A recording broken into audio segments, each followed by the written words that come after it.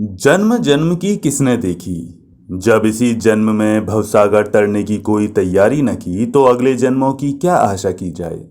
जो जन्म मिला है उसका उपयोग तो अपने हाथ में है, अगले की राम जाने। मुझे तो इसी जन्म में बेड़ा पार करना है।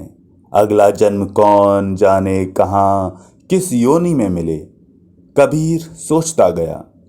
ज्ञान के बिना मुक्ति नहीं और गुरु के बिना ज्ञान नहीं। योग्य गुरु मिले तो कुछ बात बने। कबीर ने आगे सोचा कि स्वामी रामानंद सा ज्ञानी, भक्त और वेद वेदांत का पंडित कौन मिलेगा। वे पूरे महात्मा हैं। जीवन मृत्यु, लोक परलोक, ज्ञान विज्ञान सब उन्हें हस्तगत है। वे मानवता की जीती जागती मूर्ति हैं। किसी का दुख नहीं देख सकते। कोई किसी जाति वर्ग का क्यों ना हो, दुखी होकर उसकी सहायता के लिए दौड़ पड़ते हैं। अपने इन्हीं गुणों के कारण ही तो समाज में देवता मानकर पूजे जाते हैं। उनकी शरण मिले तो बात बने। ये बात बने कैसे। मैं नीच जाति का जो हूँ, जुलाहा हूँ। मुझे अपना शिष्य बनाने को तैयार जो नहीं होंगे। ऐसी उनके शास्त्र की आज्ञा है। शास्त्र के वचनों पर चलना वे अपना परम धर्म मानते हैं।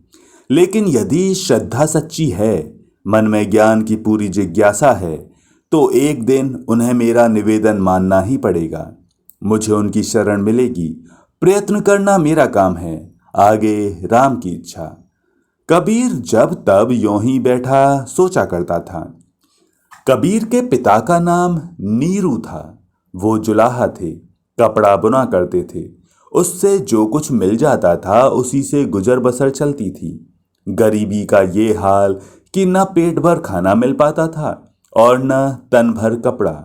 ऐसे निर्धन माँ बाप का बेटा कबीर अपने समय का एक महान समाज सुधारक हुआ। समाज के व्याप्त कुरीतियों और धर्म के नाम पर चलते हुए आडंबर और पाखंडों को देखकर कबीर को बड़ा दुख होता था। उन दिनों भारत पर सिकंदर लोदी का शासन था। वो बड़ा अत्याचारी बादशाह था। तलवार के बल पर हिंदुओं को मुसलमान बनाना वो अपने धर्म की एक बड़ी सेवा समझता था। उसकी इस अनीति से प्रोत्साहित होकर काजियों, मुल्लाओं और मौलवियों की बन पड़ी थी।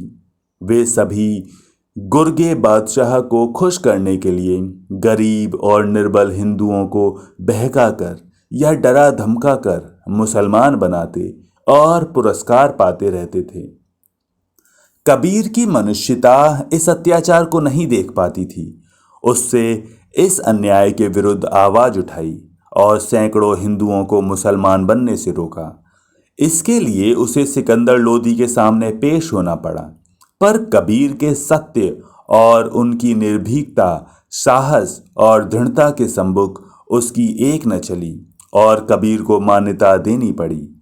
इस सत्कर्म के लिए उन्हें मुसलमानों का कोपभाजन बनना पड़ा, काफिर और धर्म विरोधी कहलाना पड़ा।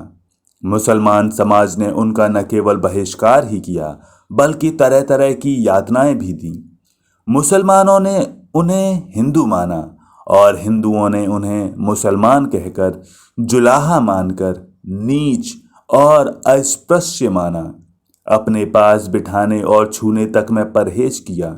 राम का नाम लेने पर मारा और तरह तरह से सताया, धमकाया। लेकिन कबीर ने न कट्टरपंथी मुसलमानों की परवाह की और न ढोंगी तथा आडंबरी हिंदुओं की। उनने उन सब की कुरीतियों तथा अज्ञानपूर्ण मान्यताओं की आलोचना की और सबको प्रकाश पथ पर लाने का प्रयत्न किया। उनने ही हिंदू और मुसलमान दोनों समाजों को नीच कहे जाने वाले लोगों को गले लगाया। उन्हें भक्ति का मार्ग बतलाया और आत्म अस्तित्व का बोध कराया। कबीर अभी बालक ही था। 10-11 साल की उम्र थी। वो गली बाजारों में मस्ती से राम नाम का भजन करता फिरता था। लोग उसे बाल साधु समझकर आटा, दाल, रोटी, पैसा देना चाहते थे। पर वो सबसे कह देता, मैं न भिक्षुक हूँ और न साधु, मैं तो राम नाम का प्रचारक हूँ। राम का सेवक हूं, उनके नाम को बेचने वाला नहीं। लोग कबीर को देखते ही घेर लेते और श्रद्धा से उनकी बातें और भजन सुनते थे। एक बार काशी के प्रमुख पंडा काशीनाथ ने कबीर की मुठभेड़ हो गई। कबीर अपने स्वभावानुसार एक गली में खड़े लोगों को राम नाम की महिमा बतला रहे थे और संड मुसंड बने संतों महंतों तथा पंडा पुजारियों का स्वरूप बतला रहे थे कि तभी काशीनाथ अपने एक नौकर के साथ उधर से निकले। लड़के की बातें, धर्म पर उसकी टिप्पणी और सबसे बड़ी बात उसकी लोकप्रियता देखकर जल भुन गया। उसने उसके कंधे पर हाथ रखकर परिचय पूछा। कबीर ने बड़े गर्व से बताया कि वो नीरू जुलाहे का लड़का कबीर है। काशीनाथ का पारा आसमान पर चढ़ गया। उसने कहा, एक नीच जुलाहे का लड़का होकर तू किस अधिकार से धर्म संबंधी बातें लोगों को बतलाता है? मुसलमान होकर राम नाम की महिमा बखानता है, बड़ा पंडित बनता है, नीच कहीं का। कबीर ने तुरंत निर्भयता के साथ कहा, महाराज जुबान संभाल कर बात करो। नीच वो होता है जो दूसरों को नीच कहता है और मानता है। भगवान ने सबको बराबर बनाया है, उसकी दृष्टि में कोई ऊंच नीच नहीं है। राम नाम की महिमा कहने का किसी के पास ठेका नहीं है। जो राम का भक्त है वो उसके नाम का जाप कर सकता है और महिमा का बखान भी। राम का नाम लेने का अधिकार मुझे मेरी आत्मा ने दिया है। मेरे रोम रोम में राम का निवास है। मैं उसका भक्त हूँ, प्रेमी हूँ, न मुसलमान हूँ और न हिंदू। मैं तो परमात्मा का बनाया एक इंसान हूँ। आज से न मुझे मुसलमान कहना और न हिंदू मानना, समझे महाराज। काशीनाथ कबीर की चुटीली बातें सुनकर तड़प उठा। यद्यपि उसकी अंतरात्मा स्वीकार कर उठी कि कबीर कहता तो ठीक है, तथापि धर्म की ठेकेदारी और जनता में अपनी श्रेष्ठता की रक्षा करने के लिए उसने अंतरात्मा की आवाज को अनसुनी कर दिया और पशुता पर उतर आया। वो क्रोध से बोला, नीच जुलाहे के बच्चे, बड़ा पंडित बनकर मुझे सीख देता है। इतना कहकर काशीनाथ ने एक जोर का थप्पड़ उसके गाल पर मारा। बालक कबीर लड़खड़ा गया, उसका सिर झंझना उठा, लेकिन वो भयभीत तब भी नहीं हुआ। बोला, महाराज, धर्मात्मा और पंडित तो बड़े बनते हो, लेकिन गरीब पर हाथ उठाते लज्जा नहीं आई? गरीब को सताना अच्छा नहीं होता, उसकी हाय बहुत हानि पहुंचा सकती है। काशीनाथ फिर बिलबिलाया और अपने नौकर से बोला, अभी इस छोकरे का दिमाग ठीक नहीं हुआ है, जरा संभल कर मरम्मत तो कर दो। इतना सुनना था कि नौकर ने बुरी तरह कबीर पर लाठियां बरसाना शुरू कर दिया। कबीर के सिर, मुंह और नाक से खून बहने लगा और वो बेहोश होकर जमीन पर गिर पड़ा। काशीनाथ ने घृणा से उसकी तरफ थूका और ये कहता हुआ चल दिया, नीच जुलाहा कहीं का, मुझे छू लिया, फिर जाकर गंगा स्नान करना पड़ेगा। ये सब देखती खड़ी भीड़ की इच्छा हुई कि काशीनाथ को धिक्कारे और कहे कि छुआ तो कसाई तूने ही उसे और मार भी डाला। तेरी ये हत्या 100 जन्म भी गंगा नहाने से न छूटेगी। तूने राम के एक सच्चे भक्त बालक पर अत्याचार किया है, लेकिन किसी की हिम्मत बोलने की न हुई। काशीनाथ काशी के पंडों का सरदार और कई मंदिरों का मालिक था। नगर में लोग उसके आतंक से डरते थे। काशीनाथ के चले जाने पर लोगों ने कबीर की परिचर्या की, उसके घाव धोकर दवा लगाई और पट्टी बांध दी। थोड़ी देर में कबीर को होश आया। वो हंसता हुआ खड़ा हो गया और धन्यवाद देता हुआ कहने लगा, आप लोगों ने मेरे लिए नाहा कितना कष्ट किया। राम नाम पर मर जाता तो सीधा उसकी गोद में चला जाता। अब आप लोगों ने बचा लिया है तो आपकी सबकी सेवा करूंगा। भीड़ में खड़ी कई महिलाओं ने दयापूर्वक कहा, बेटा, इनके मुंह मत लगा करो, सांड की तरह खाते और संड मुसंड बने फिरते हैं। कोई सच्ची बात कह दे तो उसे मारते हैं। नाश जाए इन पापी पाखंडियों का। काशीनाथ का अत्याचार सहकर कबीर की भक्ति भावना तीव्र हो उठी। अब वो स्वामी रामानंद से दीक्षा पाने के लिए छटपटाने लगा। ज्यों ही उसे ये याद आ जाता कि उसे मुसलमान जुलाहा समझकर इसके अयोग्य समझा जाता है, वो हताश होकर सोचने लगता, क्या सचमुच ये व्यवस्था इतनी अनिवार्य हो सकती है कि उसकी तुलना में सच्चे प्रेम, सच्ची भक्ति, सच्ची श्रद्धा और जिज्ञासा की अवहेलना की जा सकती है। स्वामी रामानंद जी तो एक ज्ञानी तथा मानवतावादी हैं। क्या उनका ये मानवतावाद एक प्रवंचना है, अथवा अभी मेरे धैर्य, मेरी जिज्ञासा की परीक्षा ली जा रही है? स्वामी रामानंद जी नित्य प्रातः काल ब्रह्म मुहूर्त में गंगा स्नान करने आते थे और सूर्योदय से पूर्व ही स्नान करके अपने कुटीर में वापस चले जाते थे। कबीर 1.5 पहर रात रहे घाट की सीढ़ियों पर जाकर बैठ जाता। स्वामी जी आते, वो उन्हें प्रणाम करता और तब तक बैठा रहता जब तक उनसे स्नान करके लौटने पर प्रणाम न कर लेता। ये क्रम चला तो चलता ही चला गया। स्वामी रामानंद जी उसे नित्य देखते, उसका प्रणाम स्वीकार करते और बिना कुछ बोले चुपचाप राम नाम जपते हुए आते और चले जाते।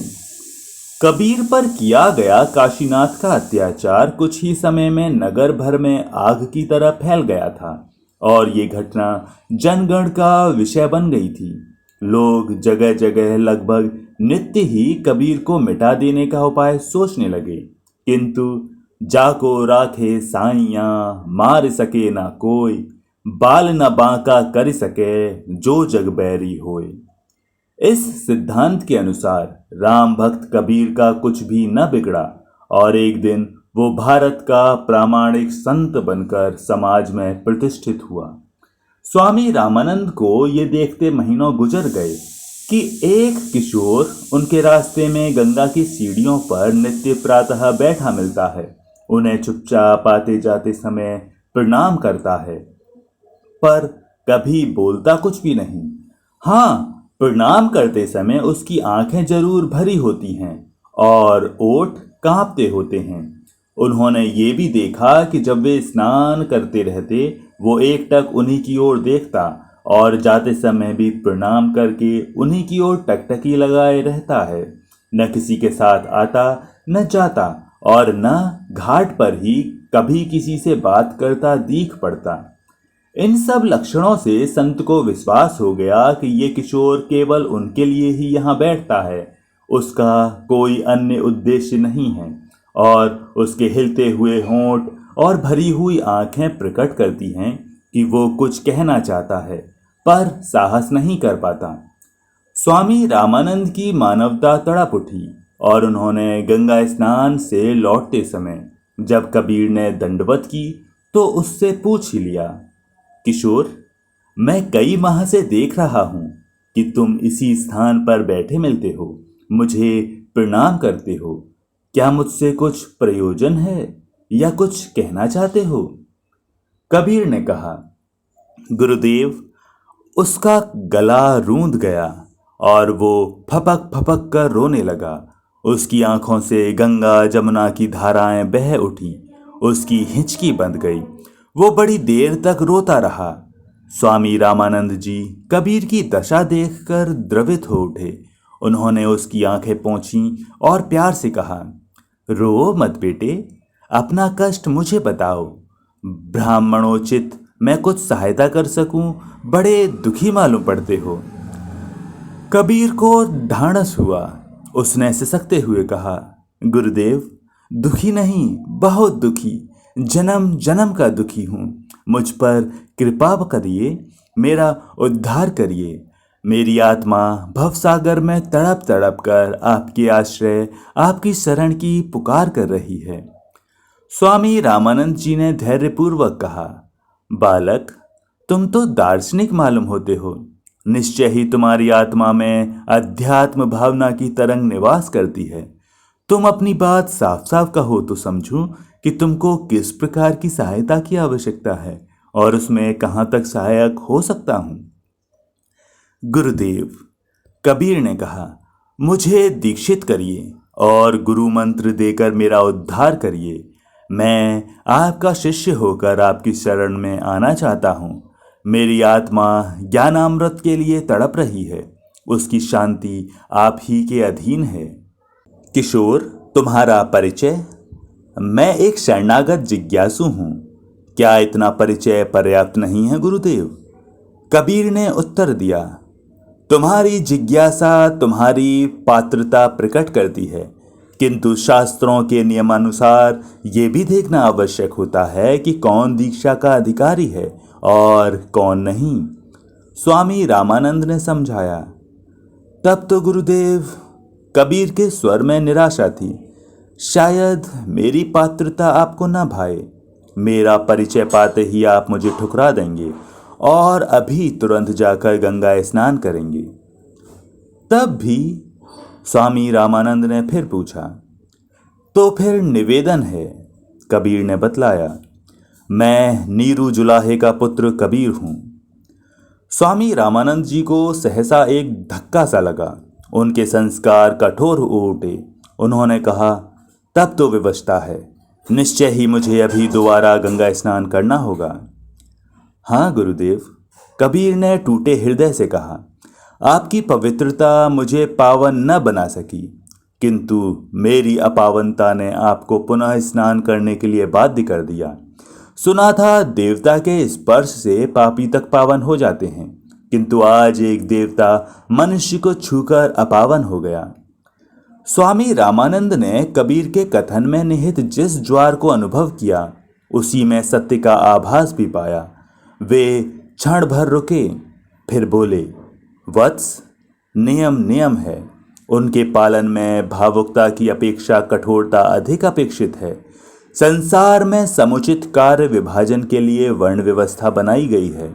यदि अपने वर्ण के लिए निर्धारित कर्म छोड़कर मनुष्य अन्य क्षेत्रों में प्रवेश करने लगें, तो न कर्म कौशल का विकास होगा और न काम में दक्षता ही आएगी।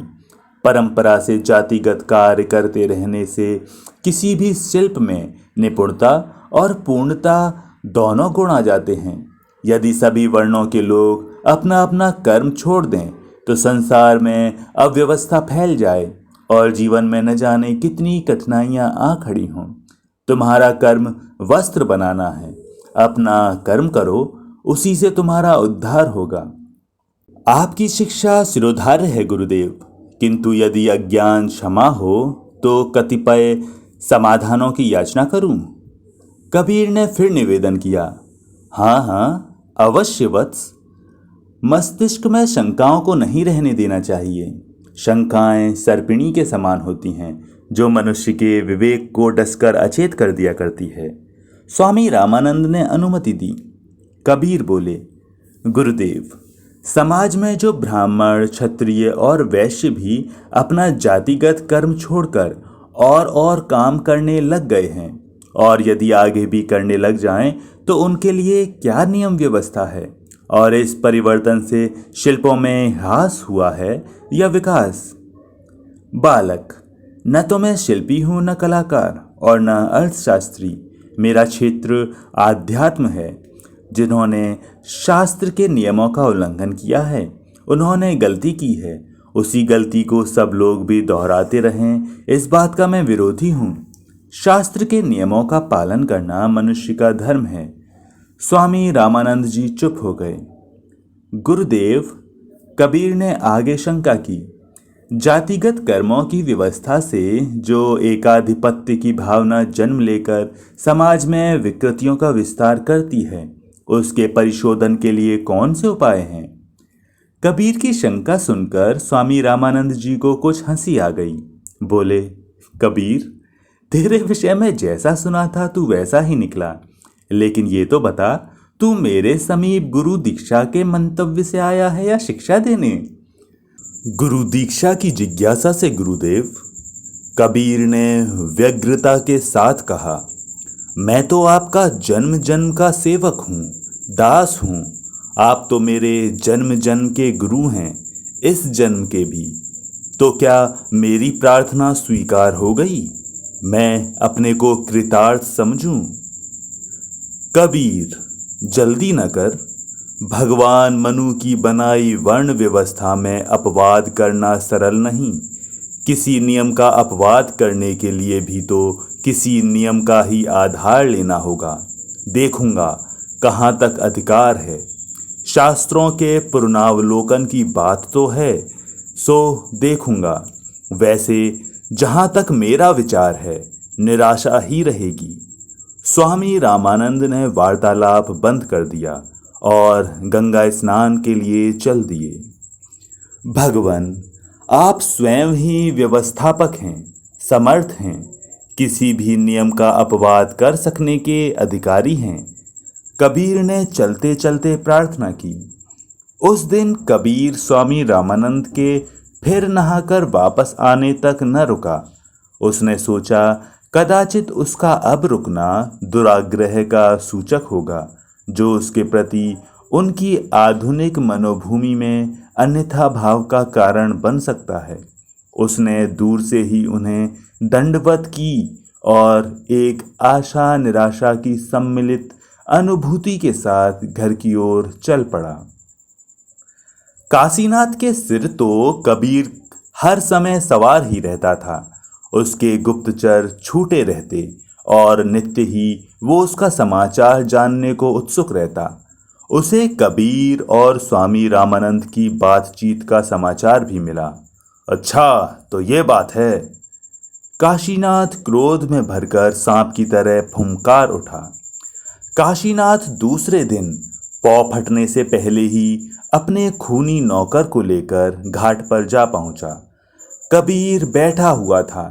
काशीनाथ ने क्रोधपूर्वक पूछा, कैसे बैठा है बे इस समय इस पवित्र घाट पर? कबीर ने नमस्कार किया और कहा, स्वामी रामानंद जी के दर्शन के लिए बैठा हूँ महाराज। तो ये बात है, मेरे विरुद्ध खड़ा करने के लिए स्वामी रामानंद जी पर डोरे डाल रहा है, नीच मलेच्छ। कैसी बातें करते हैं महाराज, मैं भला आपका विरोध करूंगा? कबीर ने ग्लानिपूर्वक कहा। किंतु काशीनाथ तो क्रोध और द्वेष की भावना से पागल हो रहा था। बोला, और नहीं तो क्या, मेरा यश गाएगा? फिर नौकर की ओर देखकर कहा, क्या देखता है रे, निपटा दे शैतान को। आदेश पाना था कि नौकर ने लाठी छोड़ दी। कबीर घायल होकर गिर पड़ा और नौकर ने मारना शुरू कर दिया। तभी काशीनाथ को दूर पर पादुकाओं की आवाज सुनाई पड़ी। बोला, कोई आ रहा है। दोनों भाग खड़े हुए। धीरे धीरे कबीर की चेतना जाग रही थी कि तब तक उस पर किसी का पैर पड़ गया। कबीर कराहा, स्वामी रामानंद, राम कह बच्चा, राम कह, कहकर उसकी ओर झुके और देखने लगे कि इस समय अंधेरे में घाट की सीढ़ियों पर कौन पड़ा है। आवाज पहचान कर कबीर की चेतना रुक गई। उसने स्वामी रामानंद के चरणों पर सरक कर प्रणाम किया और धीरे से कहा, गुरुदेव, मैं कबीर हूँ, मुझे गुरु मंत्र मिल गया, मैं कृतार्थ हुआ। राम राम कहता हुआ कबीर अचेत हो गया। अरे, इसे किसने मारा? स्वामी रामानंद व्याकुल हो उठे। उन्होंने तुरंत उसे गोद में उठा लिया, जल के पास लाए, उसका रक्त धोया, अंचला फाड़कर पट्टी बांधी, मुंह पर जल के छींटे मारे और गंगा जल के कुछ बिंदु पिलाकर कहा, माता जाह्नवी, इस बालक भक्त की रक्षा करना। कबीर ने एक क्षण फिर कराहा और राम राम कहकर फिर बेहोश हो गया। स्वामी रामानंद को आशा बंध गई। उन्होंने उसे अच्छी तरह लिटाकर गंगा स्नान किया। जब वे लौटे तो कबीर को होश आ गया था, पर शिथिलता के कारण आंखें बंद किए पड़ा था। किसी का स्पर्श पाकर उसने आंखें खोली। देखा स्वामी रामानंद उसे गोद में उठा रहे हैं। वो निषेध करता हुआ जल्दी से बोला, गुरुदेव, मुझ अस्पृश्य नीच को न छुएं, नहीं तो आपको फिर गंगा स्नान करना होगा। मैं चल लूँगा, आप कष्ट न करें। नहीं नहीं, ऐसा अनर्थ न करें, मैं तो आपका दासानुदास हूँ, शिष्य हूँ। मुझे गोद लेकर चलना आपके लिए शोभनीय नहीं है। मुझे पाप लगेगा गुरुदेव। बाबला कहीं का, पाप कैसा? तू मेरा शिष्य ही नहीं, मेरा पुत्र भी है, कहकर स्वामी रामानंद ने बलात् उसे गोद में लेकर कंधे से लगा लिया। गंगा घाट से कुटीर तक स्वामी रामानंद का स्कंध और पीठ भीगती चली गई। कबीर बराबर रोता रहा। कुटिया पर आकर स्वामी रामानंद ने एक आदमी को घर भेजकर कहला दिया कि कबीर स्वामी जी के पास है, आज कुछ देर से आएगा, कोई चिंता न करें। माता नीमा ने संदेश सुना और संदेशवाहक से पूछा, महाराज, कबीर स्वामी जी के पास कैसे पहुंच गया? संदेशवाहक ने सारी घटना बतला दी और आश्वासन दिया कि कबीर अब बिल्कुल ठीक है। स्वामी जी ने उसको अपनी शरण में ले लिया है, अब उसे किसी बात का भय नहीं है। कबीर के हृदय में परमात्मा की भक्ति है, वो आगे चलकर बड़ा भारी संत होगा। नीमा, तू बड़ी भाग्यवान है। संदेशवाहक चला गया, पर नीमा की चिंता दूर न हुई। वो सोचने लगी, तो क्या कबीर साधु हो जाने को है? उसके तो लक्षण पहले से ही ऐसे थे, अब तो वो स्वामी जी के पास चला गया है। कहीं ऐसा न हो कि लड़का हाथ से चला जाए। उसने बड़ी कोशिश की। कबीर का विवाह तफी नामक एक जुलाहे की लड़की से तय कर दिया। अब कबीर पहले से अधिक काम करने लगा था। उसका जी भी पहले से ज़्यादा लगने लगा था। वो प्रातःकाल नित्य प्रति स्वामी रामानंद जी की कुटिया पर सत्संग में सम्मिलित होने जाता और वहाँ से वापस आकर सायंकाल तक करघे पर बैठा कपड़ा बुना करता। काम में उसकी रुचि पहले से कहीं अधिक बढ़ गई थी। कपड़ा भी पहले से ज़्यादा अच्छा और अधिक होने लगा था। इसका कारण ये था कि वो अब अपने काम को अपना नहीं समझता था, बल्कि राम का काम समझता था और बड़ी श्रद्धापूर्वक किया करता था। इसके अतिरिक्त जितनी देर वो काम करता था, उतनी देर कुछ न कुछ गुनगुनाता रहता था। उसका तल्लीनतापूर्वक गुनगुनाना एक भजन के रूप में बदल जाता था। अपने उसी नवनिर्मित भजन को वो नित्य ही स्वामी रामानंद जी की सत्संग गोष्ठी में सुनाया करता था। यद्यपि कबीर कुछ पढ़ा लिखा न था, तथापि उसके हृदय से निकले हुए भक्ति रस में डूबे भजन इतने मार्मिक तथा भावपूर्ण होते थे कि लोग सुनकर भाव विभोर हो जाते थे। कबीर एक कवि के रूप में प्रसिद्ध हो गए। निश्चय ही सत्संग का प्रभाव मनुष्य की आत्मा पर पड़ता है और आत्मा का प्रकाश मन, बुद्धि, विवेक को जगाकर मनुष्य की गुणात्मक प्रतिभाओं को जागृत कर देता है। इसी से शास्त्रों में सत्संग की महिमा का बखान किया गया है। अशिक्षित व्यक्ति भी सत्संग में आकर योग्य और मूढ़जन पंडित बन जाते हैं। स्वामी रामानंद जी द्वारा कबीर को दीक्षा दिया जाना एक अभूतपूर्व घटना थी। इससे काशी के पंडितों में खलबली मच गई। सभी लोग स्वामी रामानंद के इस कार्य को अधार्मिक कहकर आलोचना करने लगे। काशीनाथ ने इस आलोचना का नेतृत्व किया। उसने शास्त्रों तथा वर्ण व्यवस्था की दुहाई देते हुए काशी के पंडितों को इस कदर भड़काया कि वे स्वामी रामानंद के विरोधी बन गए। कुछ की राय हुई कि स्वामी रामानंद को धर्मद्रोही कहकर उनके विरुद्ध विद्रोह का झंडा खड़ा किया जाए और उन्हें काशी के विद्वानों की सभा के प्रधानत्व से अपदस्थ कर दिया जाए। पर काशीनाथ इतना बड़ा कदम सहसा उठाने को तैयार न हुआ। उसका सारा क्रोध कबीर पर था।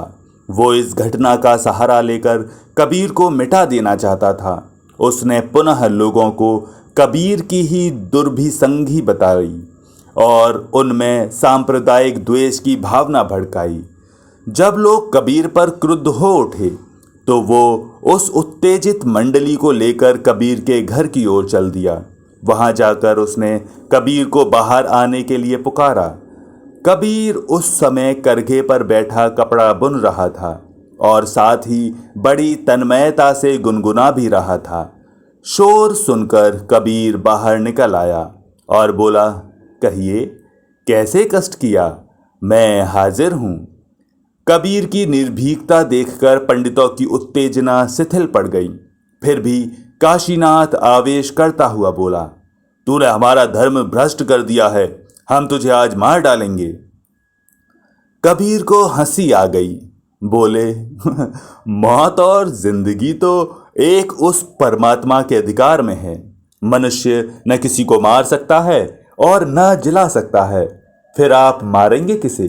आत्मा तो अमर है, उसे क्षति पहुंचाई ही नहीं जा सकती। आप लोग तो पंडित हैं, जानते ही होंगे। नैन छिन्दन्ति शस्त्राणि। काशीनाथ गरज उठा, चुप रह मलेच्छ, हमें गीता का पाठ पढ़ाता है? मैं आज तेरी हत्या कर दूंगा।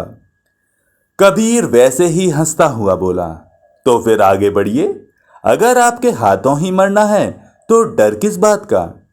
काशीनाथ दांत पीसता हुआ आगे बढ़ा। तभी सुनाई पड़ा, काशीनाथ ठहरो। स्वामी रामानंद भीड़ को चीरते हुए आगे बढ़े। काशीनाथ ठिठक गया। स्वामी रामानंद बोले, काशीनाथ, कबीर निरपराध है, उसे दीक्षा देकर अधर्म तो मैंने भ्रष्ट किया है, मुझे मारो। स्वामी रामानंद की सौम्य किंतु तेजस्वी मूर्ति देखकर सारे पंडित शिथिल पड़ गए, किंतु काशीनाथ ने धृष्टता की। बोला, स्वामी रामानंद जी, आप हिंदू धर्म के अगुआ माने जाते हैं। आपने एक नीच विद्यार्थी को दीक्षा देकर हिंदू धर्म पर आघात किया है। हम सब ये सहन नहीं कर सकते। कहकर काशीनाथ ने अनुमोदन की आशा से पीछे भीड़ की तरफ देखा, किंतु कोई सहमति न दिखलाई दी। काशीनाथ हतोत्साह होकर अकेला पड़ गया। तब भी उसने आगे कहा, जब आप जैसे धर्मज्ञ भी ऐसा अनर्थ करने लगेंगे तब तो धर्म जल्दी नष्ट हो जाएगा और कबीर जैसे नीच लोग भी ब्राह्मणों के बराबर होने का दंभ करने लगेंगे। आपका ये अन्याय सहनीय नहीं है। स्वामी रामानंद ने गंभीरता से कहा, धर्म क्या है और अधर्म क्या है, इसको मैं भी जानता हूं। केवल किसी नवीनता का विरोध करना और किसी निरपराध की हत्या करने का प्रयास करने से धर्म लाभ नहीं होता। काशीनाथ, कबीर शरीर से भले ही जुलाहा हो, पर आत्मा से वो ब्राह्मणों से ऊपर है। मैंने दीक्षा उसके शरीर को नहीं, उसकी उस पवित्र आत्मा को दी है जिसमें राम भक्ति का निवास है। धर्म न नष्ट होने वाली वस्तु है और न भ्रष्ट। किसी धर्म के दुष्ट धंधक ही उसे अपने अपकर्मों द्वारा भ्रष्टता का आरोप दिलाया करते हैं, और तुम जैसे संकीर्ण कार्यकर्ता ही धर्म का द्वार दूसरों के लिए बंद कर उसके विनाश का बीज बोया करते हैं। जिसके मन में सच्ची जिज्ञासा है, जो उसके नियमों का आदर पूर्वक पालन कर सकता है, मेरी व्यवस्था है कि वो इस आर्य धर्म को ग्रहण कर सकने का सर्वथा अधिकारी है। तो आप अनादिकाल से चली आ रही भगवान मनु की बनाई कार्य व्यवस्था में संशोधन करने का अधिकार रखते हैं? काशीनाथ ने तीखे स्वर में कहा। हाँ काशीनाथ, स्वामी रामानंद बोले, धर्म वृद्धि एवं धर्म रक्षा के लिए भगवान मनु का कोई भी योग्य उत्तराधिकारी समयानुकूल पूर्वकालीन व्यवस्था में सुधार एवं संशोधन करने का अधिकारी है। मैं भी हूँ और तुम भी। यदि धर्म के शाश्वत प्रकाश से तुम्हारी आत्मा आलोकित है और तुमने उस आलोक को अपने सद्विवेक में अवलोकन किया है, कबीर निर्दोष है, दीक्षा मैंने उसे दी है। तुम यदि इसे धर्मद्रोह समझते हो तो आगे बढ़ो और मेरा वध करके धर्म रक्षा का श्रेय लो। काशीनाथ का अस्तित्व हिल गया और भीड़ को तो काट मार गया। धीरे धीरे सब खिसकने लगे। चलते चलते काशीनाथ फिर कहता गया, पर स्वामी रामानंद जी, अब आप काशी की पंडित सभा के प्रधान न रह पाएंगे। मैंने उसे अभी इसीलिए त्याग दिया है, जाकर उसकी घोषणा कर दो। स्वामी रामानंद ने निर्णय दे दिया। भीड़ चली गई। कबीर स्वामी रामानंद के चरणों पर लौटकर रो उठा। बोला, प्रभु, आप मेरे लिए ये सब आपत्ति अपने ऊपर न लें। मैं बड़ा अभागा हूँ। मेरे कारण ही काशी में हलचल उठ खड़ी हुई है। मैं संसार के किसी ऐसे कोने में चला जाऊंगा जहाँ मुझे कोई भी राम नाम लेते न देखे और न सुने। स्वामी रामानंद ने कबीर को उठाकर प्यार से उसके सिर पर हाथ फेरा और कहा, कबीर, क्या हिम्मत हार गया? धर्म के सच्चे मार्ग में आडंबरी इसी प्रकार आपत्तियां खड़ी करते रहे हैं और आगे भी करते रहेंगे, पर क्या सच्चे धार्मिक उनके डर से अपना मार्ग छोड़कर गुप्तवास किया करते हैं? यदि ऐसा होने लगे तो ये धर्म धंधक भेड़िए धर्म सहित सारी जनता की आत्मा ही खाकर हजम कर जाएं और संसार में एक स्थायी असुर युग की स्थापना हो जाए। तुझे जाना कहीं नहीं, मेरे बाद मेरा प्रकाश आगे बढ़ाना है। मैं तुझे अपना उत्तराधिकारी बनाऊंगा, किंतु तब जब तू अपनी पात्रता बनाए रखेगा और सत्य के लिए हर कष्ट सहन करने को तत्पर रहेगा। स्वामी रामानंद जी चल दिए। कबीर उनके पीछे पीछे चलने लगा। उसे रोककर स्वामी रामानंद ने कहा, जाओ, अपना काम करो, सायंकाल सत्संग में आना। चलते हुए नीमा को भी निर्भय रहने के लिए कहते गए। कबीर का ब्याह हो गया, पर उसने न मुल्ला काजी को पूछा और न बिरादरी को भोज दिया। इससे उनमें खलबली मच गई। बड़ी बड़ी बातें होने लगीं।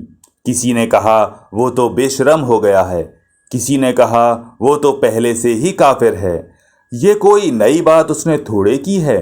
किसी ने राय दी कि उसके घर चलकर उसे लताड़ा जाए और साफ कह दिया जाए कि उसी जाति से बाहर कर दिया गया है।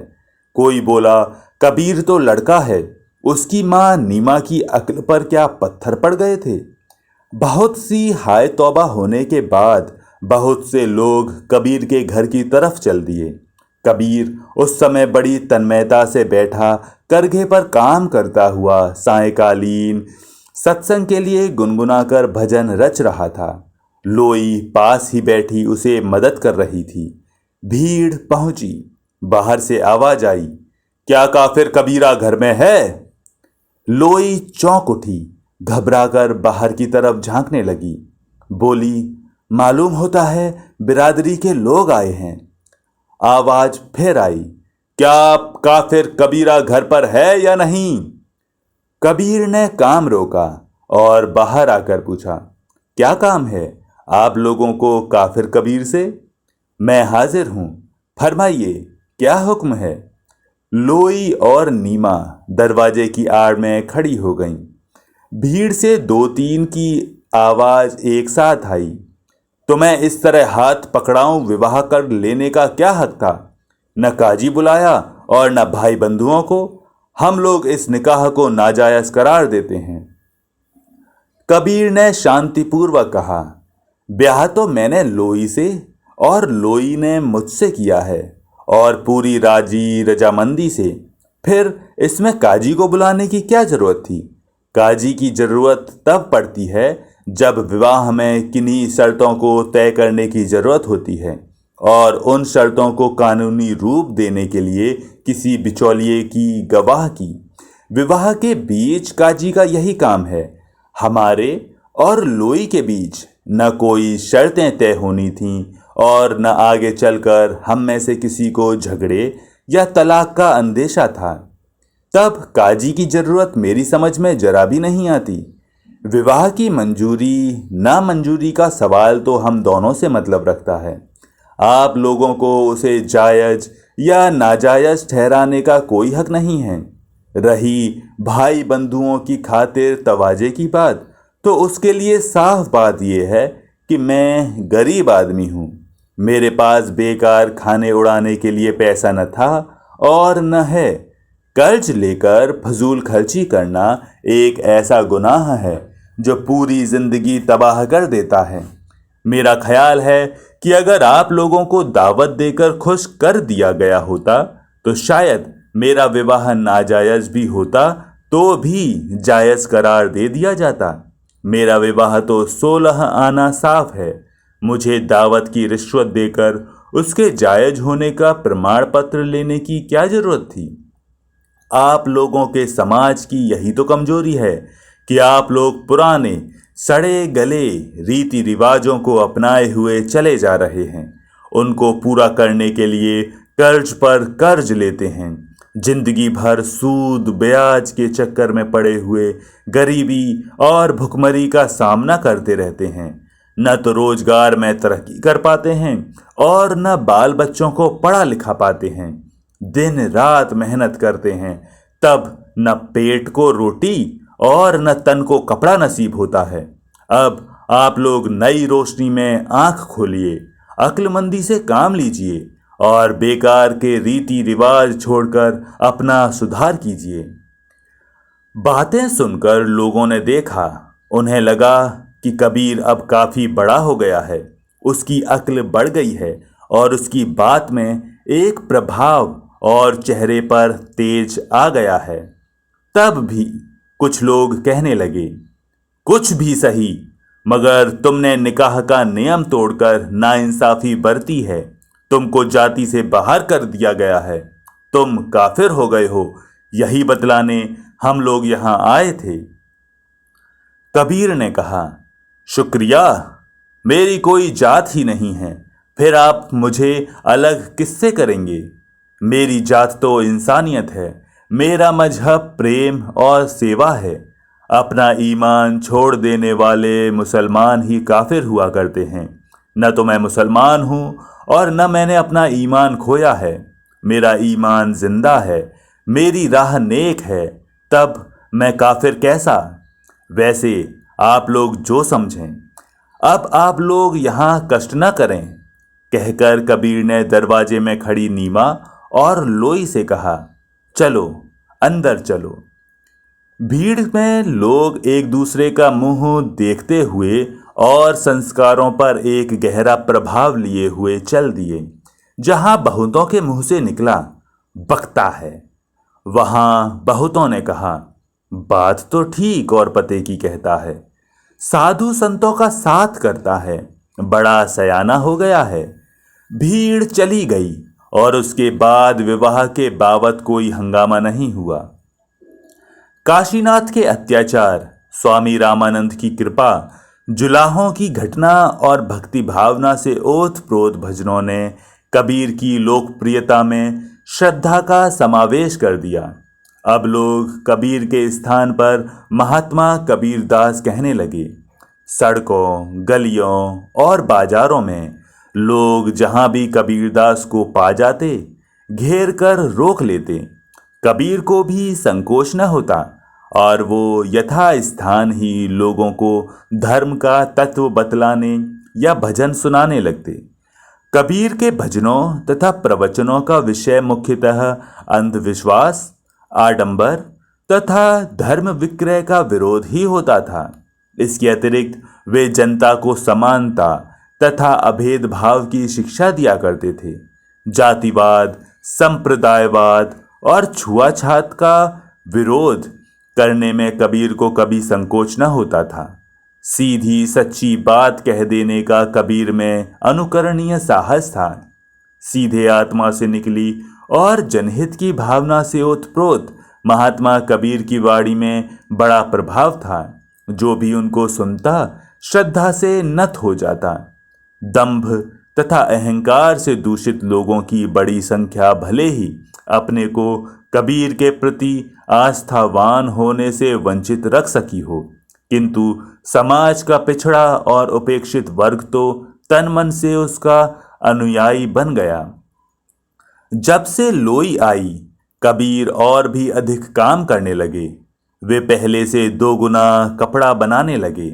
जितना कपड़ा बनाते, हाथों हाथ बिक जाता।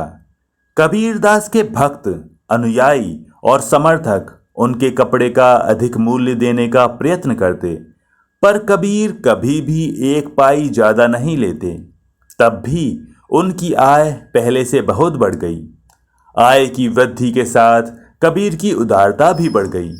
उनका रहन सहन और भोजन वस्त्र उसी प्रकार का साधारणतम बना रहा।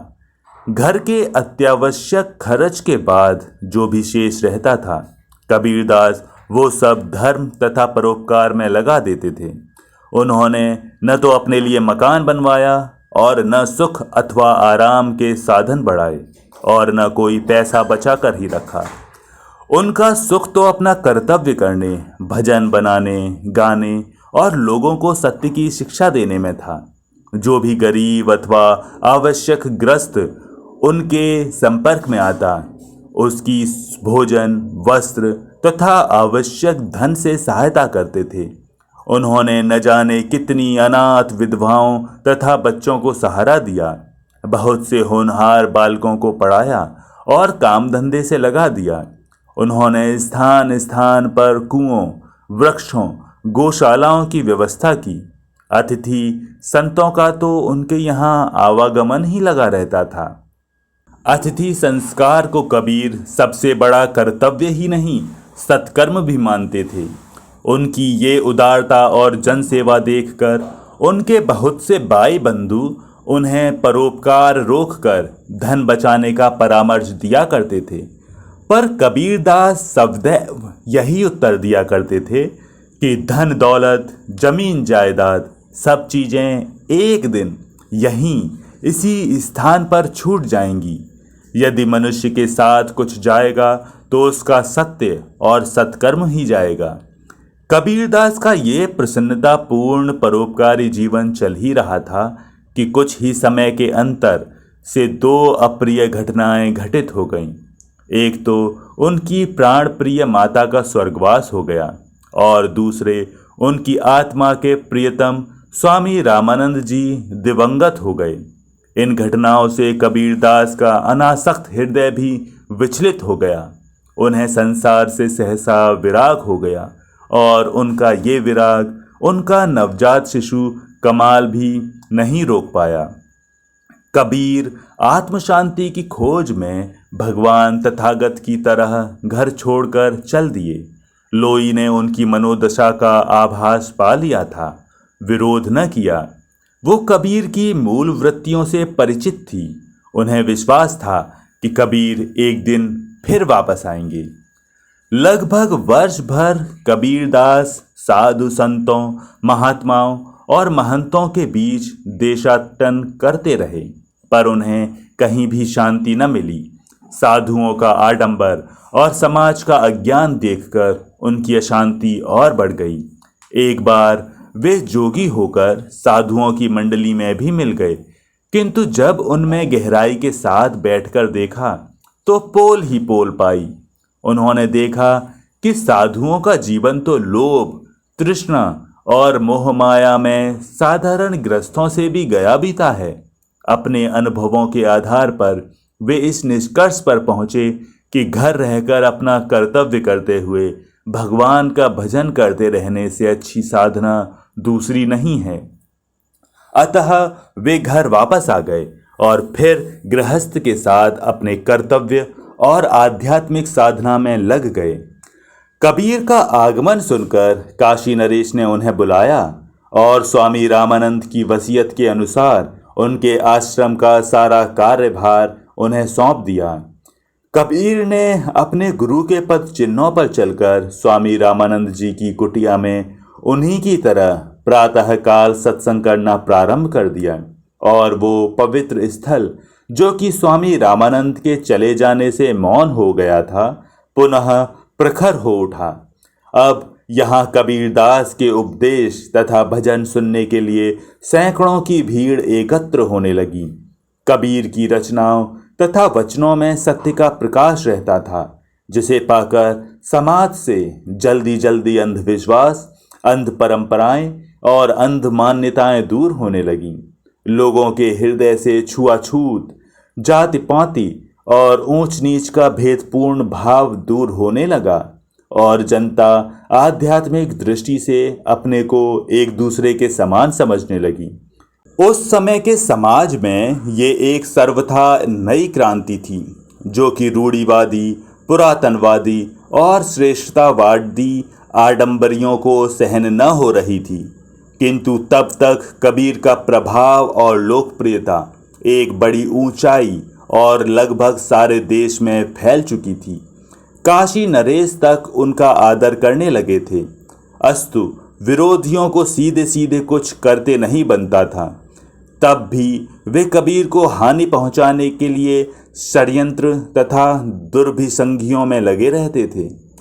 कबीर को देशाटन से वापस आए अभी कुछ ही दिन हुए थे कि एक दिन साधुओं की एक बड़ी भीड़ ने आकर उनका घर घेर लिया। अब उन सब के हाथों में चिमटे, भाला, बर्छों के साथ जलती हुई मशालें थीं। साधुओं का पूरा गिरोह क्रोध से पागल हो रहा था। वो जोर जोर से कबीर को अपशब्द कह कहकर नारे लगा रहे थे कि कबीरा ने फिर माया को स्वीकार कर हम साधुओं का अपमान किया है, हम उसे मार डालेंगे और उसका घर जलाकर भस्म कर देंगे। कबीर ने वो शोरगुल सुना और बाहर आकर साधुओं की उस भीड़ को देखा। उन्हें उनका ये अस्वाभाविक रूप देखकर हंसी आ गई।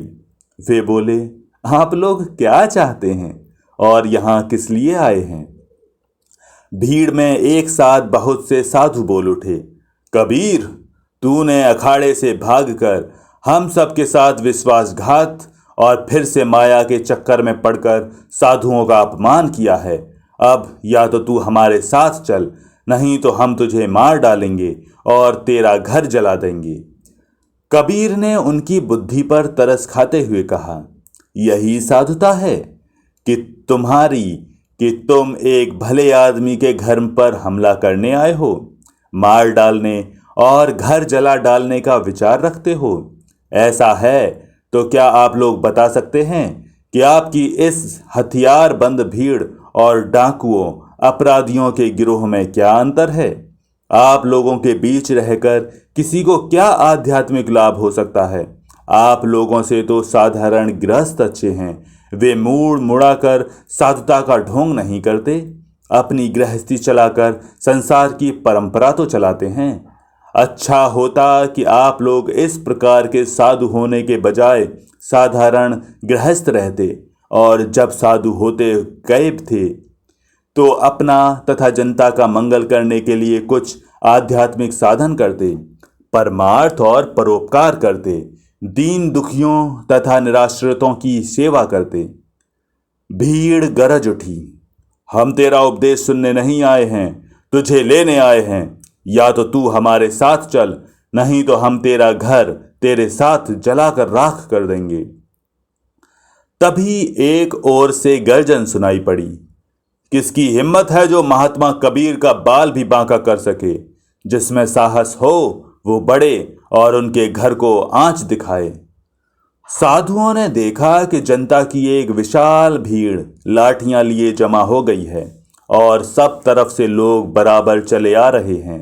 जन समूह को देखकर साधुओं के होश उड़ गए और वे धीरे से बोले कि हम तो उसे माया मोह से निकालने आए थे, अब उसकी मर्जी नहीं है तो उसमें पड़ा रहे, हमको क्या लेना।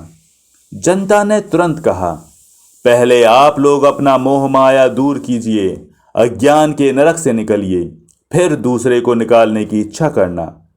साधुओं की भीड़ धीरे धीरे खिसक गई। कबीर ने उसी स्थान पर भीड़ को शांति, मानसिक संतुलन, क्षमा तथा अहिंसा का उपदेश दिया और लोगों को समझाया कि सहसा उत्तेजित होकर कोई काम नहीं करना चाहिए। कोई कदम उठाने से पहले अच्छी तरह विचार कर लेना चाहिए और फिर मेरे लिए तो किसी से भी विवाद करो ही नहीं। मैं तो जन जन में प्रेम भाव स्थापित करना चाहता हूँ, न कि विरोध और विद्वेष। कबीर के चले जाने के बाद लोई को बड़ी तकलीफ रही थी। वो दुख के कारण अधिक काम न कर पाती थी। जो कपड़ा बुन भी लेती थी उसे पैठ में जाकर बेच न पाती थी। फलस्वरूप उस पर कुछ कर्ज हो गया था। वो कर्ज कबीर के आने के बाद भी न चुक सका। अतिथियों के आने और आदर सत्कार करते रहने के कारण और बढ़ गया था। काशीनाथ ने महाजनों को भड़काकर काशी नरेश के दरबार में दावा करा दिया। कबीर को निर्णय में कर्ज चुका देने के लिए 3 माह की अवधि मिली।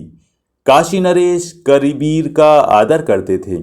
यदि वे चाहते तो कबीर का कर्ज अपने पास से दे सकते थे, पर उन्होंने ऐसा किया नहीं।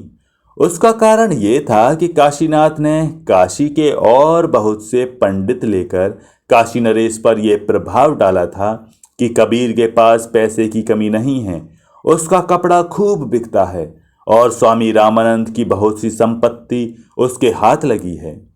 अवधि समाप्त होने को आई, पर कर्ज न पट सका। कबीर बहुत चिंतित रहने लगे।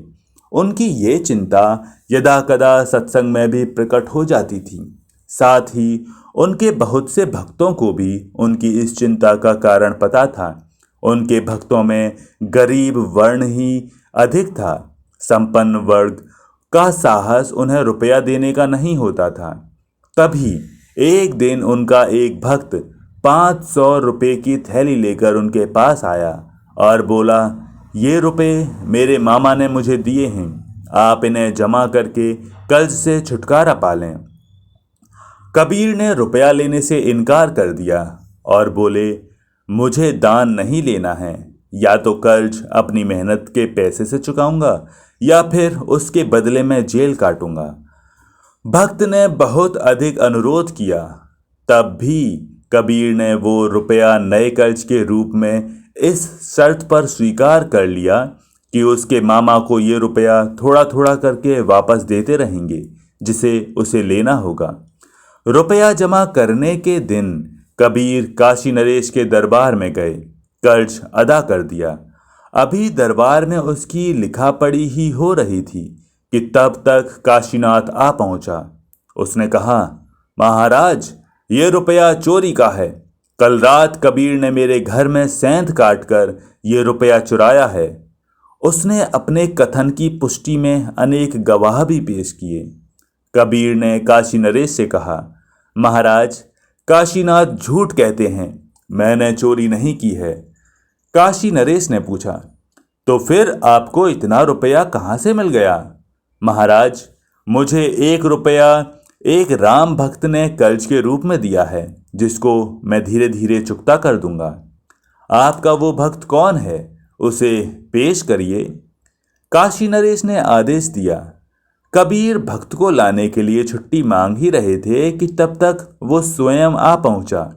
पूछे जाने पर उसने बतलाया कि वो रुपया उसको काशीनाथ ने दिया था और कहा था कि कबीरदास को दे देना, लेकिन मेरा नाम न बतलाना, नहीं तो वो स्वीकार नहीं करेंगे। मैंने वैसा ही किया। अब काशीनाथ कबीरदास जी को फंसाने के लिए आपके सम्मुख झूठ बोल रहे हैं।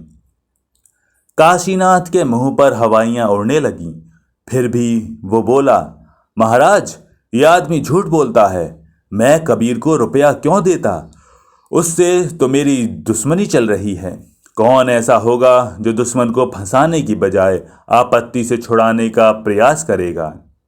काशी नरेश काशीनाथ की दशा और उनका कथन सुनकर मुस्कुराए और बोले, तो कबीर से तुम्हारी दुश्मनी है? और हर आदमी अपने दुश्मन को फंसाने का उपाय करता है, बचाने का नहीं। वही तुम भी कर रहे हो, है ना यही बात? क्रोध, आवेश, विद्वेष तथा असत्य के कारण काशीनाथ की बुद्धि भ्रष्ट हो चुकी थी। उसकी जागरूकता समाप्त हो गई थी। सहसा उसके मुख से निकल गया, हाँ महाराज, और फिर तत्क्षण अपनी भूल समझकर परिमार्जन करता हुआ जल्दी जल्दी कहने लगा, नहीं नहीं महाराज, मैं कबीर को फंसाना नहीं चाहता। उसने मेरे घर चोरी की है, उसे दंड मिलना चाहिए। ये आदमी कबीर पर अंधश्रद्धा के कारण झूठ बोल रहा है। मैंने उसे रुपए नहीं दिए थे। काशी नरेश फिर मुस्कुराए और फिर सहसा ही कठोर होकर कड़ी आवाज में बोले, काशीनाथ, असलियत तुम्हारे मुंह से ही खुल गई है। तुमने कबीर को फंसाने के लिए वो सब जाल रचा है। इसके लिए तुम सख्त सजा के भागी बनोगे। काशीनाथ की रही सही हिम्मत टूट गई। अपराध उसके सिर चढ़कर बोल उठा। वो काशी नरेश के पैरों पर गिरकर बोला, महाराज, मुझे क्षमा किया जाए, मैं अपना प्रसंग वापस लेता हूँ। सत्य सिद्ध हो चुका था। काशी नरेश ने कबीर को मुक्त करने और काशीनाथ को 200 कोड़े लगाए जाने का निर्णय दे दिया। कबीर को दरबार के बाहर खड़ी भीड़ आदरपूर्वक अपने कंधों पर चढ़ाकर जय जयकार के साथ ले चली और काशीनाथ को सिपाही कोड़े मारने के लिए पकड़ ले गए। इस घटना ने कबीर की लोकप्रियता और बढ़ा दी। उन्हीं दिनों काशी के काजी ने कुछ हिंदू अछूत जातियों को भय और लालच के आधार पर मुसलमान बनाने की योजना बनाई। उसके लिए जुमे का दिन निश्चित कर दिया गया। जुमा आया और अछूतों की भीड़ कलमा पढ़ने के लिए जामा मस्जिद में जमा होने लगी। कबीर को इस बात का पता लगा तो वे तुरंत मस्जिद में पहुंचे और लोगों को समझाने लगे, भाइयों, हिंदू से मुसलमान होकर आप लोग क्या लाभ पाएंगे? अपना धर्म छोड़कर कभी किसी को सद्गति नहीं मिलती। राम और रहीम में कोई अंतर नहीं है। तब आप लोग राम को छोड़कर रहीम को क्यों पकड़ रहे हैं? यदि आप लालच के वश होकर अपना धर्म परिवर्तन कर रहे हैं तो भूल कर रहे हैं, और यदि भय से ऐसा कर रहे हैं तो पाप करते हैं। आप लोगों को मुसलमान बनाकर आपको अपने धर्म से भ्रष्ट करके ये काजी मुल्ले आपको कुछ भी न देंगे। इन्होंने ऐसा ही झूठा लालच देकर न जाने कितने लोगों का धर्म परिवर्तन किया है और बाद में अपना कोई भी वायदा पूरा नहीं किया। इन सबको न तो इस्लाम से कोई प्रेम होता है और न अनुयायियों की वृद्धि से कोई अभिरुचि। ये तो अपनी कारगुजारी दिखाकर बादशाह को खुश करके अपना स्वार्थ सिद्ध करना चाहते हैं। आप सबका धर्म भ्रष्ट करके फिर कोई बात भी न पूछेंगे। आप लोग न इधर के रहेंगे और न उधर के, इसलिए अपने धर्म पर दृढ़ रहो। इन धोखेबाज मुल्ला काजियों के चक्कर में पड़कर अपना परलोक मत बिगाड़ो। और यदि डर कर आप लोग मुसलमान हो रहे हैं तब तो महापाप कर रहे हैं। डर तो अपना धर्म छोड़ने में है, उस पर डटे रहने में नहीं। आप तो अपने धर्म पर श्रद्धापूर्वक डटे रहिए। धर्म खुद आपकी रक्षा करेगा। यदि एक बार अपने धर्म की रक्षा करने में बलिदान हो जाओगे तो सीधे स्वर्ग जाओगे। राम रहीम में कुछ भी अंतर नहीं है। फिर अपना धर्म छोड़ने की क्या जरूरत है? बोलो भाई राम रमैया की जय। पथभ्रष्ट हिंदुओं को प्रकाश मिला और वे सब एक साथ राम रमैया की जय बोल उठे। काजी की स्थिति विषम हो गई। वो कबीर पर बरस पड़ा और बोला, तुम मुसलमान होकर हिंदुओं का पक्ष और इस्लाम का विरोध करते हो। शरीयत के मातहत तुम्हें सजाए मौत मिलनी चाहिए। मैं अभी तुम्हें गिरफ्तार कराता हूँ। ऐसा कहकर उसने अपने नौकरों से कबीर को पकड़ लाने के लिए कहा। नौकर बड़े, तभी हिंदुओं की भीड़ गरज उठी, खबरदार, जो महात्मा कबीर को हाथ भी लगाया अभी खून की नदी बह जाएगी। देखते ही देखते हिंदू मुसलमान का प्रश्न खड़ा हो गया और दंगा होने की नौबत आ गई। कबीर सबको समझाते हुए फिर बोले, भाइयों, न मैं हिंदू हूँ और न मुसलमान। मैं तो सबका हित चाहने वाला एक खुदा का बंदा हूँ। ये बात काजी जी को जान लेनी चाहिए। मैं तो हिंदू और मुसलमान दोनों से कहता हूँ कि राम और रहीम में कोई फर्क नहीं है। इसलिए दोनों जातियाँ अपने अपने धर्म पर डटी रहें। इन मुल्ला काजियों और पंडा पुजारियों के बहकावे में मत आओ। यहाँ यदि किसी को कोई धर्म विवेकपूर्वक अच्छा लगे तो वो खुशी से उसमें जा सकता है, दाब धौंस अथवा लालच से नहीं। इन हिंदुओं को जबरदस्ती मुसलमान बनाया जा रहा है, जो मैं किसी प्रकार भी नहीं होने दूंगा। भीड़ शांत हो गई। काजी घबराकर अपने घर भाग गया और लोग धीरे धीरे कबीर के पीछे चल दिए। इस घटना ने कबीर को हिंदुओं के बीच पूज्य बना दिया। दिन रात के परिश्रम, जनता की सेवा और सामाजिक कुरीतियों से संघर्ष करते करते कबीर अब काफ़ी क्षीण हो गए थे। अब आयु भी उनकी ढल चुकी थी। लोई की मृत्यु ने उन्हें और भी जीर्ण बना दिया था। कमाल सयाना हो गया था। अब दोनों बाप बेटे मिलकर काम करते थे। करघे, भजन, उपदेश और सत्संग के सारे कार्यक्रम यथावत चलते रहते। कबीर के अनुयायियों की संख्या बहुत बढ़ गई थी। हिंदू, मुसलमान, सवर्ण, अवर्ण और अछूत सभी उनमें शामिल थे। कबीर के अनुयायियों ने कबीर के मना करने पर भी कबीर पंथ के नाम से एक संप्रदाय ही चला दिया। कबीर को इस संकीर्णता पूर्ण कार्य का गहरा धक्का लगा और उनका स्वास्थ्य चौपट हो गया। कबीर का विराग दिन दिन बढ़ता गया और उन्होंने जल्दी ही संसार छोड़ देने का निश्चय कर लिया। कबीर पंथ के विस्तार से पुरातन पंथी और मुसलमान बहुत नाराज थे। वे अब कबीर को मिटा डालना चाहते थे, पर उनकी जनप्रियता के कारण कुछ करते न बनता था। काशीनाथ, जो कि अपने को हिंदू धर्म का ठेकेदार मानता था, कोड़ों की सजा पाकर ठंडा पड़ गया था, पर काजी का दिमाग अभी नीचे न उतरा था। वो कबीर को मिटा डालने की घात में लगा रहता था। वो बादशाह सिकंदर लोदी से कबीर की शिकायत का इरादा बनाए बैठा ही था कि उसे एक अवसर मिल गया। एक यात्रा के संबंध में सिकंदर लोदी काशी की सीमा पर आया हुआ था। काजी उससे मिलने गया और खूब झूठ सच मिलाकर उसने उससे कबीर की इस तरह शिकायत की कि सिकंदर लोदी ने ये विचार बना लिया कि कबीर हिंदुस्तान से इस्लाम धर्म और इस्लामी राज्य का खात्मा करना चाहता है। वो कबीर के खून का प्यासा बन गया। तुरंत ही उसने काशी नरेश के पास फरमान भेजकर कबीर को पकड़कर उसके हवाले कर देने का आदेश दिया। काशी नरेश को फरमान मिला और वे विचार में पड़ गए। उन्होंने सोचा, हो न हो काजी ने बादशाह को कबीर के विरुद्ध भड़काया है, वो अवश्य ही उन्हें पाकर अपमान और अत्याचार करेगा।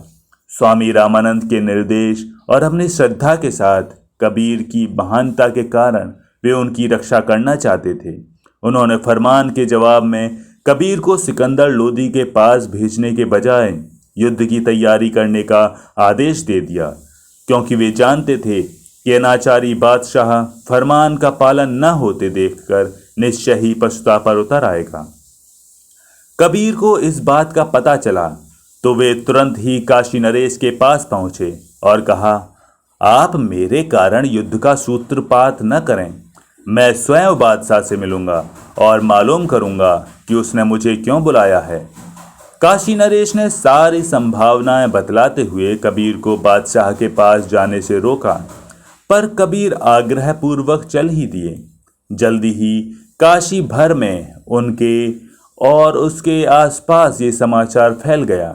हजारों की तादाद में जनता कबीर के साथ चल दी। कबीर ने समझाना चाहा, पर किसी ने न सुना। कबीर बादशाह की छावनी में गए। सैनिकों ने उन्हें बादशाह के पास पेश किया। काजी वहां बैठा हुआ था। बादशाह के अंगरक्षकों के मुखिया ने कहा, कबीर, हिंदुस्तान के मालिक बादशाह सिकंदर लोदी का आदाब बजाओ, उन्हें सलाम अदा करो। कबीर ने निर्भयता पूर्वक उत्तर दिया, एक परमात्मा के सिवाय मालिक और कोई नहीं हो सकता। मैं उसी एक मालिक का बंदा हूँ और उसी को सलाम करता हूँ। मिट्टी से बने किसी इंसान को सलाम करना मेरा काम नहीं है। कबीर का उत्तर सुनकर सिकंदर लोदी की आंखें लाल हो गईं। फिर भी वो अपने को संभाले रहा। बोला, कबीर, सुना है तुम इस्लाम और आज की इस्लामी हुकूमत की खिलाफत करते हो। हिंदुओं को सल्तनत के खिलाफ बगावत के लिए भड़काते हो।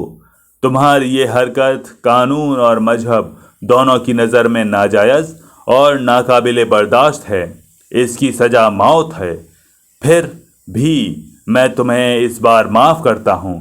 तुम मुसलमान हो, इसीलिए मौका दिया जाता है कि तुम हिंदुस्तान में मुसलमानों और मुसलमान हुकूमत के लिए काम करो। हिंदुओं में ताज़ा तख्त के लिए श्रद्धा पैदा करो और राज्य को बढ़ाने में हमारी मदद करो। इस बदले में तुम्हें जागीर बख्श दी जाएगी, दरबार में ओहदा अदा किया जाएगा। हमारी मेहरबानियों का फ़ायदा उठाओ। जाओ, तुम्हें रिहा किया जाता है। कबीर ने सब सुना और बोले, बादशाह सिकंदर लोदी, आपने कबीर को गलत समझा है। मेरा काम न तो किसी को भड़काना है और न किसी खास धर्म को बढ़ाना है। न मैं मुसलमान हूँ और न हिंदू। मैं तो उस खुदा का एक बंदा हूँ और भूले भटके इंसानों को ठीक रास्ता बतलाना मेरा काम है। आप भी रास्ता भूले हुए हैं, इसलिए कहता हूँ कि तलवार के जोर पर हिंदुओं को मुसलमान बनाना छोड़कर उन्हें भी मुसलमानों के बराबर समझो और अपने नेक कामों से कोशिश करो कि उनके दिलों में आपके लिए मोहब्बत पैदा हो। अपने को मालिक समझने से पहले सारी जनता का सेवक मानो। मैं जागीर या पद नहीं, आपकी भलाई चाहता हूँ। अच्छा हो आप दया, इंसाफ और ईमानदारी का नेक रास्ता अपनाएं, जिससे आपकी ये जिंदगी और भविष्य दोनों संभल जाएं। सिकंदर लोदी कबीर की स्वरोक्ति सुनकर क्रोध से पागल हो उठा। गरज कर बोला, तो तू पूरा काफिर हो गया है, तुझे जिंदा रहने का कोई हक नहीं है। इतना कहकर सिकंदर लोदी ने आदेश दिया कि इस गुनहगार मुजरिम पर खूनी हाथी छोड़ दिया जाए। मीर वजीर ने, जो कि सारी परिस्थिति का अध्ययन कर चुका था, समझाया, हुजूर सोच समझकर कोई कदम उठाना है। लाखों की संख्या में जनता छावनी के चारों ओर इकट्ठा हो गई है। काशी के राजा ने जंग की तैयारी कर दी है और आसपास के सरहदी राजाओं के पास पैगाम भेज दिया है। खबर मिली है कि वे सब भी जंग की तैयारी के साथ चल पड़े हैं। कबीर हिंदू और मुसलमान दोनों को अजीज है। कोई भी सजा मिलते ही जंग की आग फूट पड़ेगी और बात की बात में खून का दरिया बह निकलेगा। सल्तनत में बगावत उठ खड़ी होगी। तब तक सिकंदर लोदी के हुक्म की खबर छावनी के बाहर खड़ी जनता को मिल गई। एक साथ सहस्त्रों कंठ गूंज उठे, यह अन्याय है, जुल्म है। भक्त कबीर का बाल भी बांका हुआ तो विद्रोह आ जाएगा। इस बादशाह को मिट्टी में मिला देंगे। सिकंदर लोदी ने वो घोर कठोर आवाज सुनी, उसका कलेजा दहल उठा। अतः उसने वजीर के परामर्श पर क्षण भर विचार करके कबीर को मुक्त कर दिया। सत्य और सद्भावना की विजय हुई। वो अपार जनसमूह कबीर को भक्त कबीर की जय जयकार करता हुआ आदरपूर्वक ले गया। इस घटना से कबीर का यश सारे भारत में फैल गया। लोग दूर दूर से उनके दर्शन करने और उपदेश सुनने आने लगे। इसी प्रकार एक दिन आत्मा परमात्मा का रहस्य बतलाते हुए कबीर ने सबसे कहा कि अब हंसा अपने देश जाने वाला है। मेरा वक्त और काम दोनों पूरे हो गए हैं। आप सब लोग दिलों से हिंदू मुसलमान, ऊंच नीच, अमीर गरीब और छोटे बड़े का भेदभाव निकाल दें। सब एक ही राम रहीम के बंदे हैं। आपस में मिलजुल कर प्रेम से रहें, एक दूसरे की सहायता करें और भगवान की भक्ति करते हुए नेक जिंदगी जिएं। यही मेरा संदेश है और यही मेरा मजहब। बाद में उन्होंने अपने पुत्र कमाल को जीवन के कर्तव्य समझाकर कहा, मुझे मगहर पहुंचा दो, मैं काशी में नहीं मरना चाहता। कमाल ने बड़े आश्चर्य के साथ कहा, अब्बा, लोग तो दूर दूर से मरने के लिए काशी आते हैं और आप काशी छोड़कर मगहर जाना चाहते हैं। सुना है काशी में मरने पर स्वर्ग मिलता है और मगहर में मरने पर नरक। कबीर हंसे और बोले, हाँ बेटा, मैं काशी और मगहर के विषय में इस भ्रांति को दूर करना चाहता हूँ। स्वर्ग नरक आदमी को अपने अच्छे बुरे कामों के आधार पर मिलता है। मुझे अपने कामों की पवित्रता का पूरा विश्वास है। मैं मगहर में मरकर भी स्वर्ग ले लूँगा। का काशी का मगहर असर, हृदय राम बस मोरा, जो काशी तन तजई कबीरा, राम ही कौन निहोरा। वैसे मैं न स्वर्ग में विश्वास करता हूँ और न नरक में। स्वर्ग और नरक मनुष्य की मानसिक स्थिति में निवास करते हैं। संसार में सत्कर्मों से मिलने वाली आत्म शांति स्वर्ग और पाप कर्मों से मिलने वाली यातना नरक है। कमाल ने उनकी इच्छानुसार उन्हें मगहर पहुंचा दिया। जहाँ भक्तजनों को उपदेश देते देते उन्होंने सुखपूर्वक एक दिन अपना पार्थिव शरीर छोड़ दिया। उनके हिंदू और मुसलमान दोनों अनुयायियों ने आदरपूर्वक अपने अपने नियमानुसार उनकी अंत्येष्टि करके श्रद्धांजलि प्रदान की। महात्मा कबीरदास के पार्थिव शरीर का अंत हुए यद्यपि 500 वर्ष हो चुके, पर उन्होंने जो ज्ञान धारा बहाई उससे आज भी करोड़ों व्यक्ति अपनी आत्मा को संतोष और शांति प्रदान कर रहे हैं। उनका मत वेदांत से मिलता है या सांख्य से, अथवा उन्होंने अपने उपदेशों में योग शास्त्र का सार समाविष्ट कर दिया है। इस पर ज़्यादा बहस करना बेकार है। हम इतना ही कह सकते हैं कि हिंदू शास्त्रों के आध्यात्मिक ज्ञान को उन्होंने ऐसे सीधे साधे ढंग से प्रकट किया है कि सर्वथा अनपढ़ अशिक्षित व्यक्ति भी उसे हृदयंगम कर सकता है और सर्वव्यापी परमात्म शक्ति के तत्व को समझकर अपना कल्याण कर सकता है। कबीर धार्मिक अंधविश्वास के बहुत बड़े विरोधी थे और धर्म गुरुओं द्वारा भोली भाली जनता का शोषण किया जाना उनको बहुत बुरा जान पड़ता था। इसलिए उन्होंने हिंदू मुसलमान दोनों मजहबों के पेशेवर धर्मगुरुओं की कड़ी आलोचना की और जनता को उनकी ठगी से बचने की चेतावनी दी। इससे हिंदू और मुसलमान दोनों मजहबों के कितने ही धर्म के ठेकेदार उनसे नाराज हो गए और तरह तरह की हानि पहुंचाने की चेष्टा की। कबीरदास सच्चे परमार्थी थे। वे अपने हानि लाभ या सुख दुख की परवाह न करके मनुष्य मात्र के लिए स्वाभाविक धार्मिक सिद्धांतों का प्रचार करते रहे। परिणाम ये हुआ कि छोटी कहलाने वाली जातियों के व्यक्ति भी आत्मा के शाश्वत स्वरूप और परमात्मा की निर्लेप सत्ता की वास्तविकता को समझने लगे और उन्होंने अनेक प्रकार के धार्मिक ढोंग तथा प्रपंचों से छुटकारा पा लिया। कबीरदास स्वयं दिखावटी धर्म कर्म पूजा पाठ और कर्मकांड के विरोधी थे और लोगों को सच्च चरित्रता तथा नैतिकता का उपदेश देते थे।